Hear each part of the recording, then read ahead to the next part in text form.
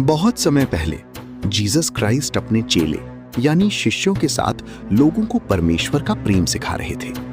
जहां भी वे जाते, लोग उनकी बातें सुनने के लिए दूर दूर से आते थे। कोई बीमार होता तो यीशु उसे चंगा करते, कोई दुखी होता तो उसे सांत्वना देते। एक दिन शाम का समय था। सूरज धीरे धीरे डूब रहा था और आकाश नारंगी रंग से भर गया था। पूरे दिन लोगों को शिक्षा देने के बाद यीशु बहुत थक चुके थे। उन्होंने अपने शिष्यों से कहा, आओ हम झील के उस पार चलें। शिष्य तुरंत नाव तैयार करने लगे। हवा हल्की चल रही थी और झील शांत थी। सब लोग नाव में बैठ गए। धीरे धीरे नाव पानी में आगे बढ़ने लगी। कुछ देर बाद यीशु नाव के पिछले हिस्से में जाकर लेट गए। वे बहुत थके हुए थे, इसलिए थोड़ी ही देर में उन्हें नींद आ गई। शुरुआत में सब कुछ ठीक था। शिष्य आपस में बातें कर रहे थे। कोई जाल ठीक कर रहा था, कोई आसमान की ओर देख रहा था। लेकिन अचानक मौसम बदलने लगा। काले बादल आकाश में छा गए। तेज हवा चलने लगी। शांत झील अचानक भयानक तूफान में बदल गई। लहरें इतनी ऊंची उठ रही थीं कि नाव हिलने लगी। पानी नाव के अंदर आने लगा। शिष्य डर गए। एक शिष्य चिल्लाया, नाव में पानी भर रहा है।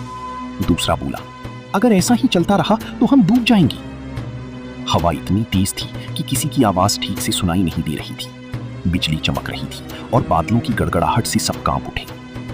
लेकिन उसी समय यीशु गहरी नींद में सो रहे थे। शिष्य घबराकर उनके पास गए और उन्हें जगाते हुए बोले, गुरुजी, क्या आपको चिंता नहीं कि हम नष्ट होने वाले हैं? यीशु उठे। उन्होंने अपने डरे हुए शिष्यों की ओर देखा। फिर वे खड़ी हुई और समुद्र की ओर देखने लगी। पूरा वातावरण डर से भरा हुआ था। तब यीशु ने तेज आवाज में कहा, शांत हो जा, थम जा। जैसे ही यीशु ने ये कहा, अचानक हवा रुक गई। लहरें शांत हो गई। तूफान खत्म हो गया। कुछ ही क्षणों में झील फिर से शांत हो गई, जैसे कुछ हुआ ही ना हो। शिष्य हैरान रह गए। वे एक दूसरे को देखने लगे। यीशु ने उनसे पूछा, तुम इतने डर क्यों गए? क्या तुम्हें अभी भी विश्वास नहीं? शिष्य चुप हो गए। उनके दिल में एक ही सवाल था, ये कौन है कि हवा और समुद्र भी इसकी आज्ञा मानते हैं? उस रात शिष्यों ने समझ लिया कि यीशु केवल एक साधारण मनुष्य नहीं है। वे परमेश्वर के पुत्र हैं, जिनके पास प्रकृति पर भी अधिकार है। इस कहानी से हमें सीख मिलती है कि जब हमारे जीवन में परेशानियों का तूफान आता है, तब हमें डरने की नहीं, बल्कि परमेश्वर पर विश्वास करने की जरूरत है। चाहे परिस्थिति कितनी भी कठिन क्यों ना हो, यीशु हमारे साथ है। जब हम विश्वास के साथ उन्हें पुकारते हैं, तो वे हमारे डर को शांति में बदल सकते हैं।